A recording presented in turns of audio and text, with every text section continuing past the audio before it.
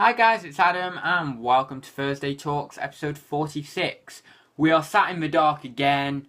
Unfortunately, I was doing my FBA shipment today, finalising it. I'll talk more about that on the Sunday stroll. I know I said I wanted to get to a 100 item shipment, but unfortunately that wasn't a reality. Anyway, I'll talk about that on the Sunday stroll because that more lends itself to that. So we are in the dark again, and that's not what I wanted. I wanted to do it in the day. Well, I suppose it is still the day because it's R4, but I wanted to do it in the light, shall we say. And no, that's not happened. I've not really got any questions today, but I have got a few statements and few bits and bobs to go through on my FBA experiment video game sales update video. I don't even know what I'm trying to say. On my previous video, anyway. So DJ Winnie asks, I really want to get into Amazon, but I have no idea how it works. Every time I read into it, I just don't understand the charges. I'm going to put a few links to a few videos, some are mine, some are other people's, down below. You can go and check them out.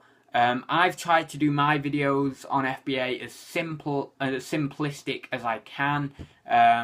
So that then it just makes it easy for everyone to understand. There's none of that technical jargon, or if there is, I explain it. And Richard Hale replies to that comment, join the club, I've looked at it a few times and I just don't have a clue. So there are a lot of people who still don't do FBA, don't really have much of a clue of it. So hopefully those videos down below, those links down below will help you out. Jason asks, regular commenter, how does it go with sending second-hand video games in with scratches? Do you have them cleaned first, and would that be an issue for returns? I don't know about returns because I've not been doing it that long with the used video games. It might impact returns. Maybe if people are buying the games, they don't read the description or whatever, or look at photos or whatever it may be, and they get it and then they turn the disc round and it's got scratches on, and then they might just think, oh no, I'm returning this or whatever, because Amazon customers are a different breed, and the way I look at Amazon customers in a very stereotypical way, and this is not to be harsh or anything, it's just how I generally look at Amazon customers. I feel they're quite posh, snooty, want their own way, seem to return things just for no reason at all, and unfortunately on Amazon you can basically get away with that. And that's how I look at Amazon customers, like in that way. That's not to say all Amazon customers are like that, probably not, but the good thing about me looking at them in that way is that means that I always try and perform my highest when processing my items, because obviously I'm holding myself to that sort of person, that standard. Now, yeah, as I say, I'm sure there's a lot of Amazon customers who are the most reasonable people in the world, but that's just how I look at Amazon customers. And many people will say the same. They'll say, that was low battery. Many people will say the same. They'll say Amazon customers are a lot more picky.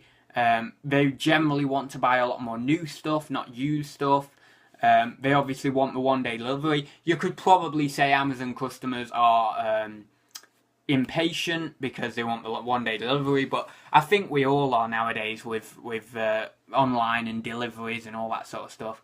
But yeah, so that's how I look at them. I look at Amazon customers in a stereotypical way, and I generally sort of hold myself up to that level. So I test everything. Got something in my throat then. I test everything. Anything with light to medium scratching goes in my shipment as long as it is working. Now, I say light to medium scratching, but that might differ from what you believe light to medium scratching means, because I undergrade condition. So, or is it overgrade? No, undergrade. I undergrade condition. So what you class as heavy scratching, I might class as medium scratching. Is that right? Sorry, no. what you class as light scratching, I might class as medium scratching. That's it. That's what I mean. So that then I'm always covering myself, you know, like I'm never really sending anything in that's like really terrible. So I'm undergrading my condition essentially. And yeah, so that's what I do. I think it's completely fine. State it in your description. If you can, try and show photos, but it's extremely hard to photograph a disc. So, you know, and show the scratches. It's extremely hard, if not blooming impossible.